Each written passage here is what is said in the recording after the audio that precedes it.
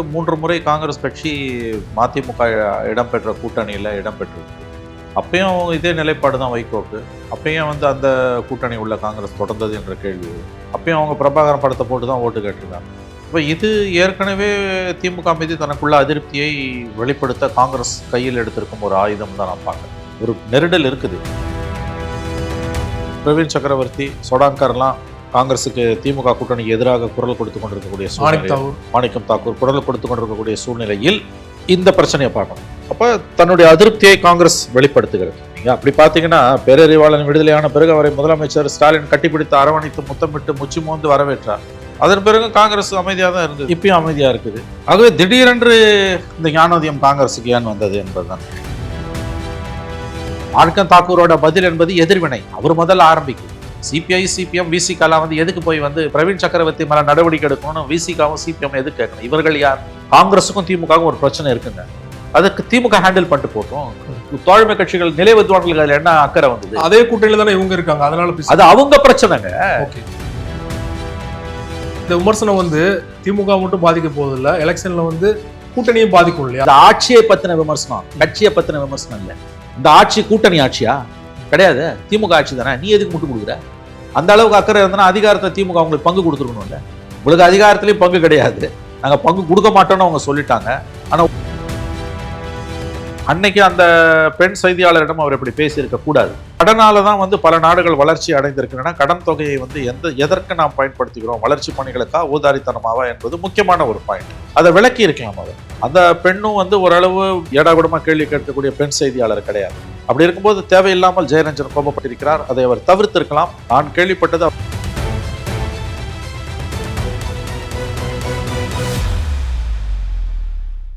அரசியல் களம் நேயர்களுக்கு வணக்கம். இன்றைக்கு நம்ம நேர்காணலுக்காக மூத்த பத்திரிகையாளரும் அரசியல் திறனாய்வாளருமான திரும்பி மணி அவர்கள் நம்மோடு இருந்திருக்கிறார். அவரோடு பேசலாம். சார் வணக்கம். சார் வணக்கம். வைகோ அவர்கள் பார்த்தீங்கன்னா திருச்சியிலிருந்து மதுரை வரைக்கும் நடைபயணத்தை தொடங்கியிருக்காரு. சமத்துவ நடைபயணம் அப்படின்னு சொல்லிட்டு முதல்வர் மு க ஸ்டாலின் அவர்கள் தான் தொடங்கி வச்சிருக்காரு. கூட்டணி கட்சிகள், பெரும்பாலான கூட்டணி கட்சிகள் கலந்துக்கிட்டாங்க. ஆனால் காங்கிரஸ் தரப்புல இருந்து செல்வப்பிரந்தை கலந்துக்கிறா இருந்தது. ஆனால் கடைசி நேரத்தில் அவர் கலந்துக்கல. அதற்கு சொல்லப்பட்ட காரணம் விடுதலை புலிகள் அவருடைய போட்டோ அழைப்பதில் இருந்து தான் சொல்லப்படுது. ஏற்கனவே கூட்டணிக்குள்ள பல சிக்கல்கள், காங்கிரஸ் திமுக கூட்டணியில் தொடருமா அப்படிங்கிற கேள்வி எழுதிட்ட சூழல்ல அவர் இந்த நடைபயணத்தை தவிர்த்திருப்பது எப்படி சார் புரிஞ்சு கொள்ளுது?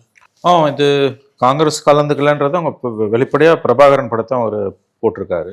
கடந்த காலங்களையும் போட்டிருக்காரு. இப்போ தேர்தல் நெருக்கத்தில் போடும்போது காங்கிரஸுக்கு அது நெருக்கடி தான். முன்னாள் பிரதமர், அவர் வெறும் காங்கிரஸ் கட்சி தலைவர் மட்டுமல்ல, முன்னாள் பிரதமர் கொல்லப்பட்ட வழக்கில் இன்னமும் தேடப்படும் குற்றவாளியாகத்தான் பிரபாகரன் இருக்கிறார். அதில் எந்த சந்தேகம் வேணாம். சட்டத்தின் நிலைப்பாடு என்பது அதுதான். பிடிபட்டவங்க தண்டிக்கப்பட்டார்கள். பிடிபடாமல் ஒரு 3 பேர் ப்ரொக்ளைம்டு அஃபெண்டர்ஸ் அறிவிக்கப்பட்டார்கள். ஓடிப்போச்சு. அது 35 வருஷம் ஆக போகுது வந்தது. பட் இன்னைக்கு பிரபாகரன் படத்தை போட்டிருக்கிறதுக்காக இதை புறக்கணிக்கிற காங்கிரஸ் கட்சி, ராஜீவ்காந்தியோடு சேர்ந்து அப்பாவி பொதுமக்கள் 15 பேரும் கொல்லப்பட்டார்கள். அதையும் ஞாபகத்தில் வைத்துக் கொண்டு தான் பேசணும். அந்த சம்பவத்துக்கு பிறகு 3 முறை காங்கிரஸ் கட்சி மதிமுக இடம்பெற்ற கூட்டணியில் இடம்பெற்றிருக்கு. அப்பயும் இதே நிலைப்பாடு தான் வைகோக்கு. அப்பயும் அந்த கூட்டணி உள்ள காங்கிரஸ் தொடர்ந்தது என்ற கேள்வி. அப்பயும் அவங்க பிரபாகரன் படத்தை போட்டு தான் ஓட்டு கேட்டிருக்காங்க.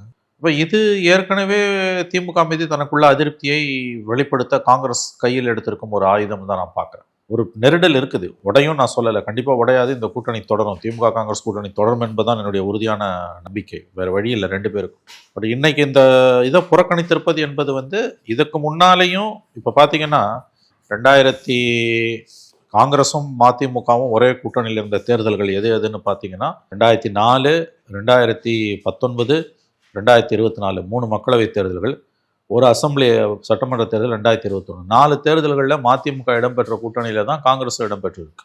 அப்பயும் வைகோவோட நிலைப்பாடு, விடுதலை புலிகள் ஆதரவு நிலைப்பாடு, பிரபாகரன் படத்தை போட்டு தான் அவங்க பிரச்சாரங்கள்லாம் எல்லாம் செஞ்சுருக்காங்க. மேபி காங்கிரஸ் கலந்து கொண்ட அனைத்து கட்சி கூட்டத்தில் பிரபாகரன் படம் இடம்பெற்று இருக்காது, அதை நான் ஒத்துக்கிறேன்.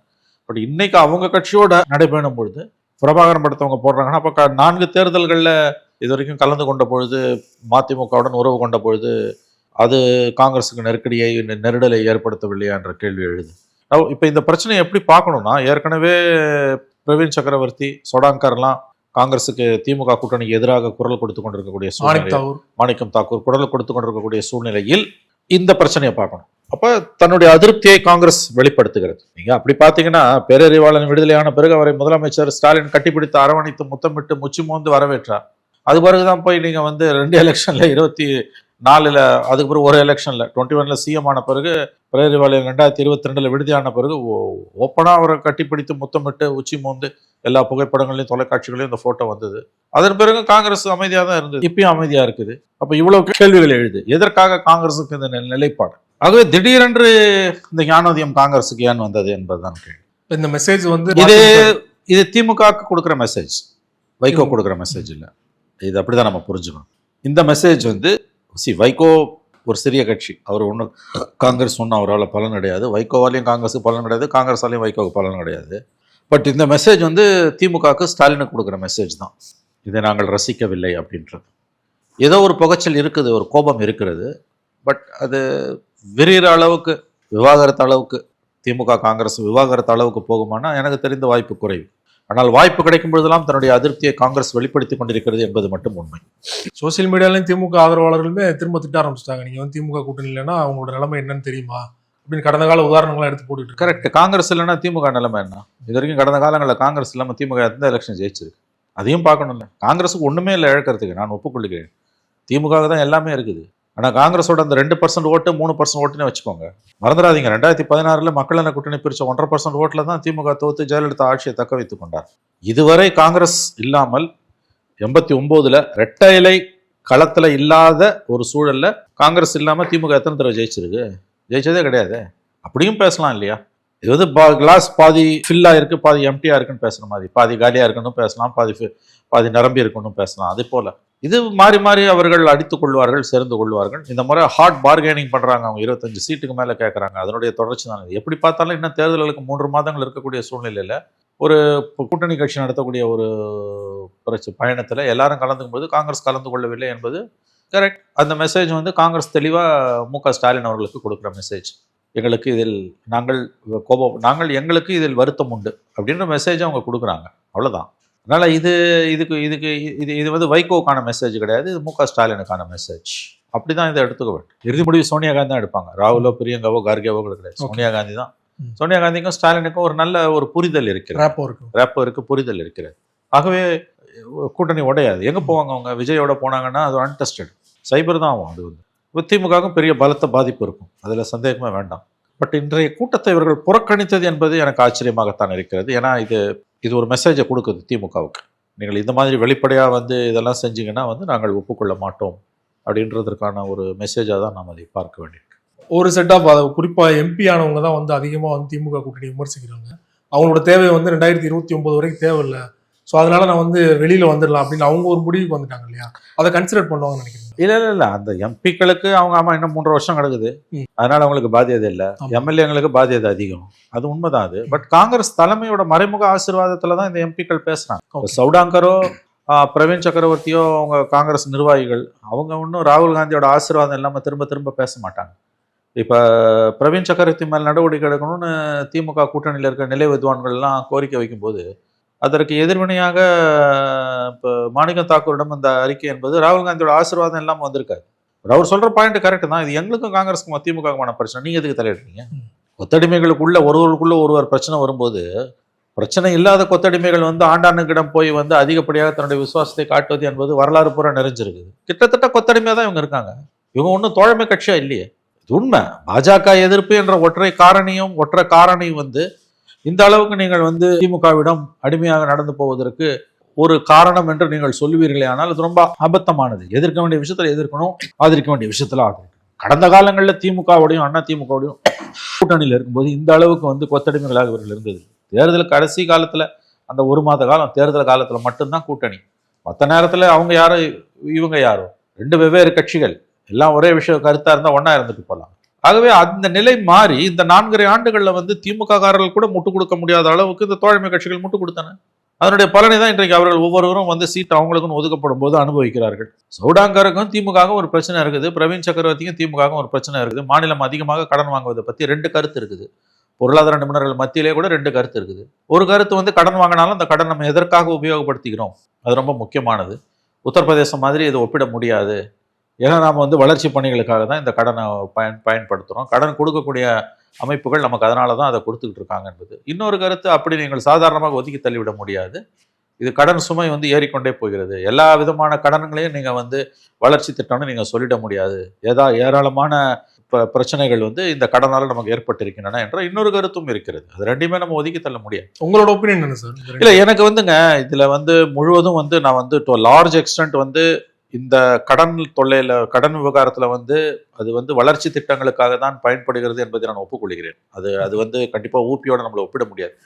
ஆனா இது ஒரு 10 லட்சம் கோடியெல்லாம் தாண்டி போகும்போது சிக்கல் வரத்துக்கு வாய்ப்பு இருக்கு. எல்லா விதமான இந்த கடனை முழுக்க வந்து நம்ம வந்து இது இங்க வந்து ஒரு வெல்ஃபேர் ஸ்டேட்டுக்கானது என்று ஏற்றுக்கொள்ள முடியவில்லை என்னால். அஃப்கோர்ஸ் மதிய உணவு திட்டம் இருக்குது, காலை உணவு திட்டம் இருக்குது, பெண்களுக்கான திட்டங்கள் எல்லாமே இருக்குது. ஆனா ஜெயரஞ்சனா என்ன சொல்றாருன்னா, இந்த 1000 ரூபாய் ஸ்கீமா நம்ம இந்த பணத்துல இருந்து எடுக்கலன்றாரு. அப்ப அது எங்க இருந்து எடுக்கிறீங்க? நீங்க எங்க எடுத்தாலும் இந்த கடன் தான் வந்து நீங்க எடுக்கிற இடத்துல வரக்கூடிய வெற்றிடத்தை இந்த கடன் தான் போயிட்டு நிரப்புது. அந்த சிக்கல் இருக்குது இதுல வந்து.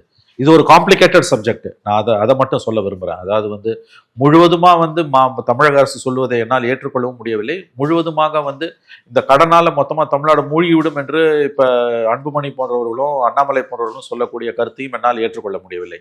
There is a middle path. ஏதோ ஒரு இடைப்பட்ட ஒரு ஸ்டாண்டை தான் நம்ம எடுக்க முடியும்.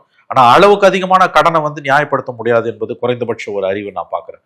ஏன்னா இந்த திட்டங்கள் எல்லாமே இன்னைக்கு வந்து பல மாநிலங்களுக்கு, குறிப்பாக இந்த 1000 ரூபாய் ஸ்கீம் வந்து அரசாங்கத்தோட நிதிநிலையை குடிச்சுக்கிட்டு இருக்குது. இந்த ஸ்கீமை கொண்டு வந்த பல மாநிலங்கள் இன்னைக்கு தண்ணி குடிக்கிறாங்க. பலனாளிகளோட எண்ணிக்கையை வந்து குறைச்சிருக்காங்க 20-25%. கடன் வந்து அதனால அதிகமாயிருக்கு. மகாராஷ்டிராலாம் வந்து 7.5 லட்சம் கோடியா இருந்த கடன் 9.4 லட்சம் கோடி ஆறுனதுக்கு அந்த லடிக்கி பெஹன் ஸ்கீம்னு சொல்லக்கூடிய பெண்களுக்கான 2500 ரூபாய் ஸ்கீம் ஒரு முக்கிய காரணம். அதை நோக்கி தான் இன்னைக்கு தமிழ்நாடு நகருதுன்னு நான் பார்க்குறேன். முழுவதும் ஜெயரஞ்சன் சொல்றதை ஏற்றுக்கொள்ளவும் முடியவில்லை, முழுவதும் அவர் சொல்வதை நிராகரிக்கும் தயாராக இல்லை. இதை பத்தின கருத்துக்கள் 2 கருத்துக்கள் இருக்குது. எல்லாரும் திமுக சொல்ற கருத்தை தான் அப்படியே வாந்தி எடுக்கணும்னு எதிர்பார்ப்பது ரொம்ப அயோக்கியத்தனமானது. ஒரு மாறுபட்ட கருத்தை சொல்ற ஒரே காரணத்துக்காக அவன் மேல காங்கிரஸ் கட்சி நடவடிக்கை எடுக்கணும் என்று கேட்பது அதை விட அயோக்கியத்தனமானது. தனிப்பட்ட முறையில் அவர் ஸ்டாலின் மீது எந்த குற்றச்சாட்டையும் வைக்கவில்லை, ஊழல் குற்றச்சாட்டை அவர் சுமத்தவில்லை. அவர் ஒரு ஸ்கீமை பத்தி, ஒரு கடனை பத்தி ஒரு கருத்து சொல்றாரு, அதுக்கு நடவடிக்கை எடுக்கணும் என்று கேட்பது அராஜகமானது. இது சர்வாதிகாரத்தன்மை. எல்லாரும் ஒரே மாதிரி தான் யோசிக்கணும். அதுக்குதான் மாணிக்கம் தாக்கூரோட அந்த பதில் இருக்குது. இதை நாங்க வந்து பாத்துக்கிறோம், இது எங்க கட்சிக்குள்ள இருக்க உள்வகாரம். சரி, கூட்டணி கட்சிகளையும் தேவையில்லாம அதுல சீன மாதிரி இருந்துச்சு. அவங்க சொன்ன ஆமா, அவங்க எதுக்கு தலையிட்டாங்க? கூட்டணி கட்சிகள் தானே முதல்ல அதுல தலையிட்டாங்க. மாணிக்கம் தாக்கூரோட பதில் என்பது எதிர்வினை. அவர் முதல்ல ஆரம்பிக்கல. சிபிஐ, சிபிஎம், விசிகாலாம் வந்து எதுக்கு போய் வந்து பிரவீன் சக்கரவர்த்தி மேல நடவடிக்கை எடுக்கணும்னு விசிகாவும் சிபிஎம் எதுக்கு கேட்கணும்? இவர்கள் யார்? காங்கிரஸுக்கும் திமுகவும் ஒரு பிரச்சனை இருக்குங்க. அதுக்கு திமுக ஹேண்டில் பண்ணிட்டு போட்டோம். தோழமை கட்சிகள், நிலை வித்வான்களுக்கு அதுல என்ன அக்கறை வந்தது? அதே கூட்டணியில தானே இவங்க இருக்காங்க, அதனால அது அவங்க பிரச்சனைங்க. திமுக ஜவாப் வாங்குறது வா வேலை இல்லை. நீ திமுக கிடையாது. திமுக இருக்கவங்க எவ்வளவு வேணா திட்டட்டும், பிரவீன் சக்கரவர்த்தியை பர்சனலா கூட அட்டாக் பண்ணட்டும், அது வேற. ஒன்ன சொல்லல. கூட்டணி கட்சிகளுக்கு இதுல என்ன போய் மோர் லாயல் தான் உன் விசுவாசத்தை எதுக்கு போய் நீ காட்டுற? நான் திரும்ப சொல்றேன், நல்லா கவனிங்க. இது வந்து ஒரு தனிப்பட்ட தாக்குதலாக இருந்தால், அல்லது வந்து ஏதோ ஒரு ஊழல் குற்றச்சாட்டு அல்லது வாரிசு அரசியல் அந்த மாதிரியான ஏதோ ஒரு விவகாரமா இருந்தா நீங்க வரிஞ்சு கட்டிட்டு போய் பதில் சொல்லலாம். அப்படி எதுவுமே இல்லை. ஒரு கருத்து, அதுவும் ஒரு இஷ்யூவை பத்தி அவர் பேசுறாரு. அதுல 2 கருத்துக்கள் ஆல்ரெடி இருக்குது. பொருளாதார நிபுணர்கள் மத்தியிலேயே இருவேறு விதமான கருத்துக்கள் இருக்கின்றன. நீங்கள் விரும்பாத, உங்களுக்கு பிடிக்காத ஒரு கருத்தை ஒரு பொது பிரச்சனையில ஒருத்தர் சொல்றதால நீங்க வரிஞ்சு கட்டிக்கிட்டு போய் திமுக இதுக்கு வக்காலத்து வாங்கணும்னு அவசியம் கிடையாது. இதுதான் கொத்தடிமைன்றார். இது கண்டிப்பாக கொத்தடிமை. அப்ப எங்க வரும் இந்த கேள்வி? நீ எலெக்ஷனுக்கு 25 கோடி வாங்கின, சிபிஐ 15 கோடி, சிபிஐ 10 கோடி வாங்கின, அதனால நீ வக்காலத்து வாங்குற என்ற விமர்சனம் எழுவது இயல்பானது, தவிர்க்க முடியாது. அங்கதான் போய் நிற்கும். இது இல்ல, இந்த விமர்சனம் வந்து திமுக மட்டும் பாதிக்க போகுது இல்ல, எலெக்ஷன்ல வந்து கூட்டணியும் பாதிக்கும் இல்லையா? சோ அதனால கூட அவங்க பேசிக்கலாம். அதை திமுக தான் டிஃபெண்ட் பண்ணணும், நீ டிஃபெண்ட் பண்ணக்கூடாது. அப்படி பார்த்தாலும் இது ஆட்சியை பத்தின விமர்சனம், கட்சியை பத்தின விமர்சனம் இல்ல. இந்த ஆட்சி கூட்டணி ஆட்சியா? கிடையாது, திமுக ஆட்சி தானே. நீ எதுக்கு முட்டு கொடுக்குற? அந்த அளவுக்கு அக்கறை இருந்தனா அதிகாரத்தை திமுக அவங்களுக்கு பங்கு கொடுத்துருக்கணும்ல. உங்களுக்கு அதிகாரத்திலையும் பங்கு கிடையாது, நாங்க பங்கு கொடுக்க மாட்டோம்னு அவங்க சொல்லிட்டாங்க. ஆனா ஓட்டு கேட்கும்போது 900 கட்சியை சேர்த்து வந்து ஓட்டு கேட்பாங்க. ஆட்சி மேல விமர்சனம் பண்ணா மட்டும் நீங்கெல்லாம் வந்து எங்களை காப்பாற்றினா இது என்ன சுயநலம்? அதனால இது ஆட்சியின் மீதான விமர்சனமாக இருக்கும் பட்சத்துல கூட்டணி கட்சிகள் அதை வக்காலத்து வாங்க வேண்டிய அவசியமே கிடையாது. நான் இப்பயும் சொல்றேன், இந்த கருத்து என்பது ஒரு ஊழல் குற்றச்சாட்டுக்கு இணையான கருத்து கிடையாது. இப்ப டாஸ்மாக் ஊழலை பத்தி ஒரு குற்றச்சாட்டு வருதுன்னா கூட நீ வந்து வரிஞ்சு கட்டிட்டு வரலாம், எங்களுக்கு அது பாதிப்பு அப்படின்ட்டு. இல்ல மணல் கொள்ளையை பத்தி வந்து நான் கூட வந்து வரலாம், அப்பயும் நான் சொல்ல நீ வரக்கூடாது. ஒரு லாஜிக் உண்டு, நேரடியா பாதிக்குது. இது ஒரு ஒரு ஒரு ஒரு ஒரு பொருளாதார கொள்கையை பத்தின ஒரு விமர்சனம். இதுல நீ போய் வக்காலத்து வாங்க வேண்டிய அவசியம் கிடையாது. அப்படி வாங்குறேன்னா பர்சனலா நீங்க வந்து அங்க வந்து பாதிக்கப்பட்டிருக்கீங்க, அங்கதான் வரும் 5 கோடி 10 கோடி இன்ன பிற லாபங்கள்னு வந்து நீங்க. அதனாலதான் உங்களுக்கு நிலை வித்வான்கள் என்று பெயர், அவ்வளவுதான். அதனால இந்த விஷயத்துல பிரவீன் சக்கரவர்த்தியோட கருத்தும் அதுக்கு மாணிக்கம் தாக்கூரோட எதிர்வினை அவங்களும் வந்து அதிகம் அது அவங்க பண்ணது காங்கிரஸோட ஸ்டாண்டு கரெக்ட்ன்றதான் என்னுடைய பாயிண்ட். ஜெயரஞ்சன் பத்தி நீங்க குறிப்பிட்டீங்க, ஒரு நேர்காணல் கொடுக்கும்போது நெறியாளர் கேட்கும்போது கடனை பத்தி கேட்குறாங்க, நீங்க கட்ட போறீங்களா, உங்க அப்பா அம்மா கட்ட போறாங்களா அப்படின்னு சொல்லிட்டு ஒரு மாதிரி பெர்சனலா பேசுறத நீங்களும் பார்த்திருப்பீங்கன்னு இல்ல, அது நினைக்கிறேன். ஒரு மாதத்திற்கு முன்பு எடுத்த ஒரு வீடியோ. ஆமா, அது அவர் அப்படி பேசியிருக்க கூடாது. நான் கேள்விப்பட்டேன், பிறகு அவரே தனிப்பட்ட முறையில் சில நண்பரிடம் பேசும்போது வருத்தப்பட்டார் என்று. ஓகே. அவர் இப்படி பேசியிருக்க கூடாது, அது நிச்சயமாக தவறு. ஏன்னா இத்தகைய பொறுப்புல இருக்கவங்க பாமரனுக்கும் புரியுற மொழியில பேசுறது தான் அழகு. நீ யாரு கேட்கறது, கடன் உங்க வீட்டுல கட்ட போறாங்கல்ல, ரொம்ப ரொம்ப ரொம்ப தவறு. அப்படி அவர் பேசக்கூடியவர் அல்ல ஜெயரஞ்சன், அப்படிப்பட்ட பேசக்கூடியவர் அல்ல. எனக்கு நல்ல நண்பர். நான் இதே விஷயத்தை பத்தி அவர்கிட்ட பேட்டி கேட்டிருக்கும் பொழுது வேற ஒரு தொலைக்காட்சியில மின்னம்பலத்துல நினைக்கிறேன், அப்ப நாங்க வந்து பாட்காஸ்ட் பாணியில ஒரு 1.5 மணி நேரம் போஸ்ட், அது இப்போ இதுல இருக்குது, அது ரொம்ப ஃபேமஸான ஒரு வீடியோ. YouTube. அதுல வந்து இந்த கேள்வியை கேட்கும்போது அவர் சரியா பதில் சொன்னார். அவர் வழக்கமா அப்படி பேசக்கூடிய நண்பர், அப்படிப்பட்ட நண்பர் அல்ல அவர். அன்னைக்கு அந்த பெண் செய்தியாளரிடம் அவர் இப்படி பேசியிருக்க கூடாது. ஏன்னா இந்த மாதிரியான விஷயம், முதல்ல எக்கனாமிக்ஸ் ஒரு ட்ரை சப்ஜெக்ட்டுங்க, பொருளாதாரன்றது ரொம்ப ட்ரை சப்ஜெக்ட், எல்லாருக்கும் அது புரியாது. பாமரனுக்கும் புரியுற மாதிரி அதை விளக்குவது தான் இந்த மாதிரியான பதவிகளில் இருக்கவங்களுக்கான அழகு. பொது புத்தியில இருப்பது, இவ்வளவு கடன் வாங்குறாங்களே என்பது, ஒரு குடும்பத்துக்கோ ஒரு தனி மனிதனுக்கோ கடன் வாங்குவது எப்படி சுமையோ அது மாதிரி தான் அரசுகளுக்கும் ஒரு அளவுக்கு மீறி கடன் வாங்கினீங்கன்னா சுமை. ஆனா கடனால தான் வந்து பல நாடுகள் வளர்ச்சி அடைந்திருக்கின்றன. கடன் தொகையை வந்து எதற்கு நாம் பயன்படுத்துகிறோம், வளர்ச்சி பணிகளுக்கா ஊதாரித்தனமாவா என்பது முக்கியமான ஒரு பாயிண்ட். அதை விளக்கி இருக்கலாம் அவர். அந்த பெண்ணும் வந்து ஓரளவு புத்திசாலியான பெண் தான். அவர் ஒரு ஏடாகூடமா கேள்வி கேட்கக்கூடிய பெண் செய்தியாளர் கிடையாது. அப்படி இருக்கும்போது தேவையில்லாமல் ஜெயரஞ்சன் கோபப்பட்டிருக்கிறார். அதை அவர் தவிர்த்திருக்கலாம். நான் கேள்விப்பட்டது அவர் பிறகு அது குறித்து வருத்தப்பட்டார் என்றுதான் நான் கேள்விப்படுகிறேன். எப்படி இருந்தாலும் அவர் அதுபோல் பேசி இருக்கக்கூடாது. இது கண்டிப்பாக ஆட்சியின் மீதான அதிருப்தியை தான் அதிகரிக்கும். ஏன்னா இந்த மாதிரியான உயர்ந்த பதவிகளில் இருக்கவங்க கண்டிப்பா வந்து சாமானிய மனிதனுக்கு புரிகிற மொழியில பேசணும். அந்த கேள்வியும் ரொம்ப கண்ணியமான ஒரு கேள்வி. ஒரு பொதுவா பர்சனலா கேட்கல, பர்சனலா கேட்கலாம். கேட்கலாம். ஆமாமா, அந்த பொண்ணு அந்த அம்மா அந்த லேடி அவங்களும் வந்து பர்சனல் அட்டாக் கிடையாது. இஷ்யூ அதை தான் நான் சொல்ல வரேன். இது எல்லாமே பொதுவெளியில் இருக்கு. நீங்க நாங்க திராவிட மாடல் வெங்காய மாடல்னு மாறு தட்டிக்கிறீங்க.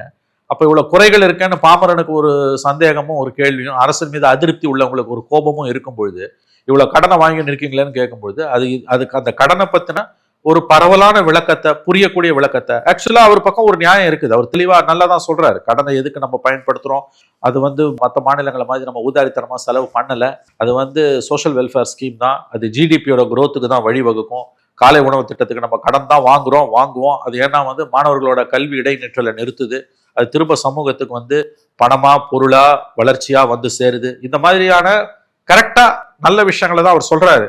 அவர் சொன்ன முறை தப்பு. இந்த மாதிரி ரொம்ப படிச்சவங்க கிட்ட இருக்க பெரிய ப்ராப்ளம் என்னன்னா, தாங்கள் யாரிடம் பேசுகிறோம் என்பதை பற்றிய புரிதல் இல்லாமல் அவர்கள் கோபப்படுவது. அவர் கோபப்பட்டிருக்க கூடாது. அவரே வருத்தப்பட்டார் என்றுதான் நான் கேள்விப்படுகிறேன். எதிர்காலத்தில் இப்படி நடக்காது என்று நாம் நம்புவோமாக. நிறைய ஒரு கேள்வி சார், தொடக்கத்திலே பேசின மாதிரி வைகோவோட நடைபயணத்துல தான் நம்ம ஆரம்பிச்சோம். கிட்டத்தட்ட 4000 கிலோமீட்டர் 5000 கிலோமீட்டர் வந்து நடைபயணத்தை அவர் முடிச்சிருக்காரு அப்படின்னு ஸ்டாலின் அவர்களே பேசினாரு. ஸோ இந்த காலகட்டத்தில் அவரோட நடைபயணத்தோட தேவை என்ன நீங்க நினைக்கிறீங்க? சமத்துவ நடைபயணம் சொல்றாரு, தன் இருப்பை காட்டிக் கொள்வதற்காக நடைபயணம் போகிறார், வேற ஒன்றும் கிடையாது. Identity crisis. கடந்த காலங்களில் அவர் நடைபயணம் போனதும் இதுக்கும் பெரிய வித்தியாசம் இருக்கு. 93 கட்சி ஆரம்பிச்சு 95 கன்னியாகுமரியிலேருந்து சென்னை வரைக்கும் அன்றைய ஜெயலலிதா ஊழலை எதிர்த்து பெரிய அளவில் நடைபயணம் வந்தார். வந்துட்டு 2 வருஷத்துல 98 போய் அதே ஜெயலலிதா கூட சேர்ந்தாரு. அதே மாதிரி வந்து நடுப்புற பல தடவை திமுக ஆட்சியிலையும் நடைபயணம் போயிருக்காரு, அண்ணா திமுக ஆட்சியில் நடைபயணம் போயிருக்காரு, ஆட்சியாளர்களுக்கு எதிராகவும் போயிருக்காரு, எதிர்கட்சிகளுக்கு எதிராகவும் போயிருக்காரு. இன்னைக்கு பொதுவான ஒரு சமத்துவம் அப்படி இப்படின்னு ஒரு பொதுப்படியான விஷயங்கள், ரொம்ப அதாவது வந்து எப்படி சொல்றது, ரொம்ப பாப்புலிஸ்டிக்னு அந்த மாதிரியானது. கடந்த கால நடைபயணங்களுக்கும் இதற்கும் பெரிய வித்தியாசம் உண்டு. அன்றைய வைகோ ஒரு கொள்கை, ஓரளவுக்காவது கொள்கை வழி நின்று போராடிய ஒரு தீரர். இன்றைக்கு வெறும் வாக்கு வங்கி அரசியலுக்காகத்தான் அரசியல் செய்து கொண்டிருக்கக்கூடியவர் அவர். இந்த நடைப்பயணத்தை நான் அந்த நடைப்பயணங்களை பார்த்திருக்கிறேன். இந்த நடைப்பயணத்திற்கு பெரிய அளவில் எந்த விதமான முக்கியத்துவமும் இல்லை. இது தன்னுடைய அரசியல் இருப்பை காட்டிக் கொள்வதற்காக அவர் மேற்கொண்டிருக்கிற ஒரு நடைப்பயணம் என்றுதான் நான் பார்க்கிறேன். ரொம்ப நன்றி சார். நன்றி.